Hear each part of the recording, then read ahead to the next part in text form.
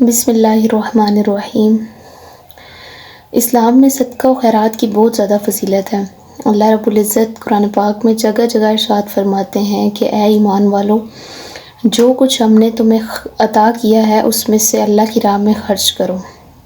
پھر آپ دیکھیں کہ جو چوتھا سپارہ ہے، سورہ نساء کی ایک آیت ہے، اس کی چوتھے سپارے کی ابتدا ہی اسی بات سے ہو رہی ہے کہ تم نیکی کو ہرگز نہیں پا سکتے جب تک کہ تم اس چیز میں سے خرچ نہ کرو جو تمہیں پسند ہو۔ اب یہاں پہ بات آ جاتی ہے کہ کیا چیز خرچ کی جائے اور کتنی خرچ کی جائے۔ تو اسلام میں کوئی بھی قید نہیں لگائی گئی، کوئی لیمیٹیشنز اس طرح سے نہیں کی گئی۔ جو انسان کم کرے گا لیکن اس کی انٹینشن بہت پیور ہوگی تو اس کو اس کی انٹینشن کے اکارڈنگ اجر ملے گا،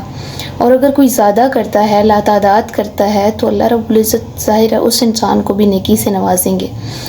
لیکن بات کیا ہے کہ انسان کو اللہ کی راہ میں ضرور خرچ کرتے رہنا چاہیے، کیونکہ جو ہمارے ارد گرد غریب لوگ ہیں ہمیں ان کا خیال کرنا چاہیے۔ اگر اللہ رب العزت نے ہمیں زیادہ عطا کیا ہے تو اس کا مطلب یہی ہے کہ ہمارے اس مال میں ان غریب لوگوں کا حصہ ہے جو اپنی ضروریات بمشکل پوری کرتے ہیں۔ ایون وہ اپنا 3 وقت کا کھانا مشکل سے کھاتے ہیں،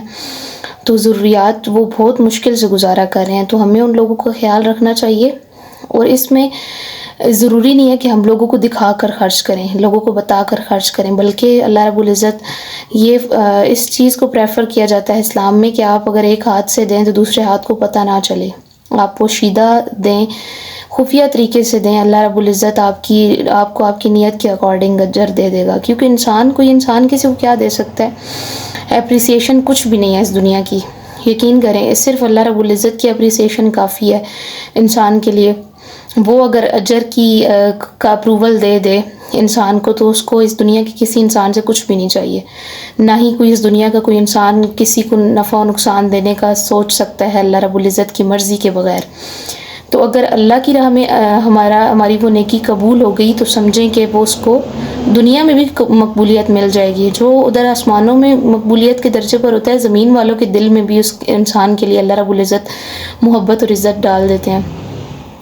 تو کہنے کا مقصد یہ ہے کہ آپ اپنے جو اللہ رب العزت نے آپ کو دیا ہے اس میں سے کبھی بھی لوگوں کے حصے کو بھولا نہ کریں، اور اسپیشلی ایسے لوگ جو سفید پوش ہیں،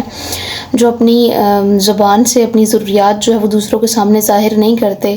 جو اپنے حالات دوسروں کو نہیں بتاتے، ایسے لوگوں کو آپ کو خود سے دے دینا چاہیے۔ جو اپنی اس کے عاجزی کے کہہ لیں یا اپنی خودداری کے پیش نظر دوسروں کے سامنے ہاتھ نہیں پھیلاتے،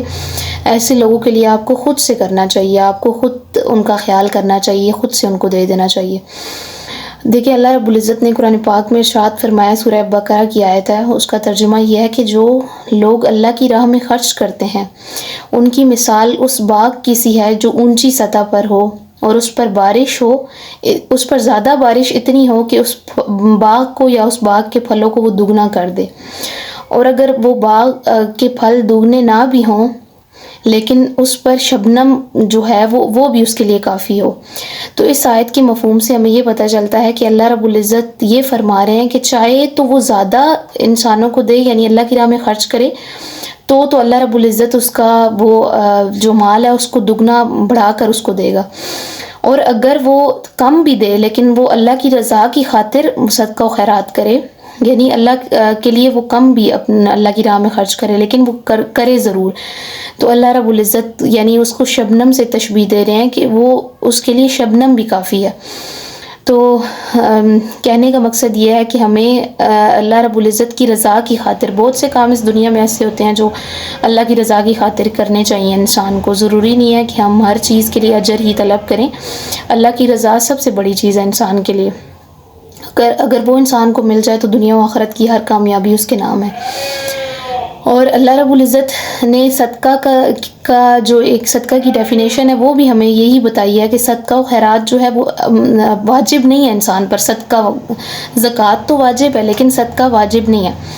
لیکن اگر کوئی انسان اپنی اصلاح کے لیے اور تقویٰ کے حصول کے لیے صدقہ کرتا ہے تو یہ صدقہ کہلاتا ہے، اور اللہ رب العزت جو ہے وہ اس کو اپنی رضا سے سرفراز فرما دیتے ہیں۔ تو ہمیشہ ایسے لوگوں کا خیال کیا کریں، اپنے معاشرے کے ارد گرد دیکھا کریں، لوگوں کو پہچانا کریں، ان کے حالات کو جاننے کی کوشش کیا کریں، اپنے کمفرٹ زون سے نکل کر، اور خفیہ طریقے سے دیں، نہ پتہ چلے آپ کے ساتھ والے انسان کو، کسی کو بھی نہ پتہ چلے، صرف اللہ کا جاننا کافی ہے۔ اللہ رب العزت ہم سب کو عمل کی توفیق دے، اور اللہ رب العزت ہم سب کو اپنی راہ میں خرچ کرنے کی توفیق دے، اور اچھے کاموں میں خرچ کرنے کی توفیق دے۔ جزاک اللہ۔